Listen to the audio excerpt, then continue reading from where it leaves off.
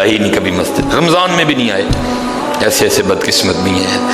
اور دکھ یہ ہے کہ ان کو اس بات کا دکھ ہی نہیں ہے کہ ہم سے بڑا بدقسمت ہی کوئی نہیں کہ رمضان میں بھی اللہ نے ہمیں اپنے گھر آنے کی توفیق نہیں دی ہے.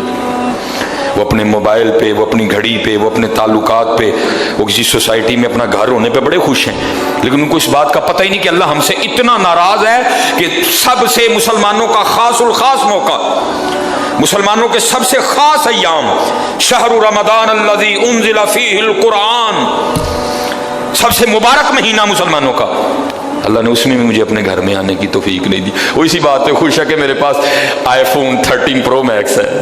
وہ اسی بات پہ خوش ہے کہ میرے پاس بڑی قیمتی گاڑی ہے.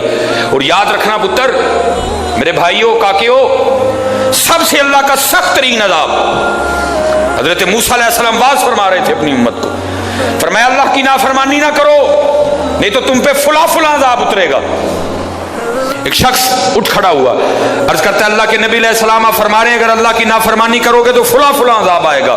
میں تو جیسے جیسے نافرمانی کرتا ہوں اس کی نعمتیں مجھ پہ بڑھتی جاتی ہیں. مال بڑا ہے، بڑھ رہا ہے دن بدن، اولاد بڑی ہے، بڑھ رہی ہے دن بدن، تو پھر سزا کاہے کی ہوئی؟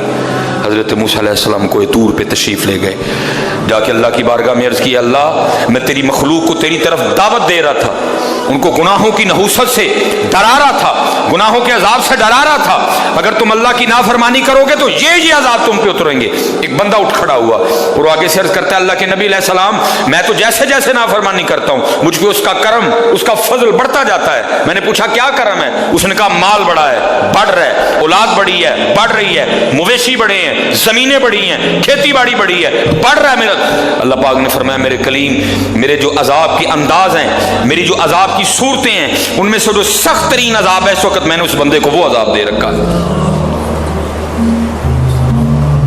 عرض کی رب کریم کیا ہے تیرا سب سے سخت ترین عذاب؟ فرمایا میرے کلیم جس سے میں سب سے زیادہ ناراض ہوتا ہوں اس سے میں توفیق سجدہ چھین لیتا ہوں.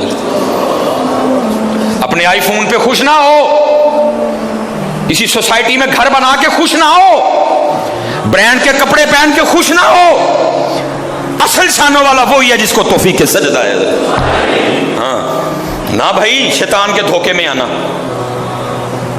یہ کوئی نہ سمجھے میں کسی کو ٹچ کر رہا ہوں، یہ ساری نعمتیں میرے اللہ نے مجھے بھی دے رکھی ہیں، لیکن کچھ نہیں پتا توفیق سجدہ، جسے توفیق سجدہ نہیں فرمایا سخت ترین عذاب میں مبتلا ہے، میں نے اس سے توفیق سجدہ چھین لی ہے، میں نے اس سے اپنا نام لینے کی توفیق چھین لی ہے.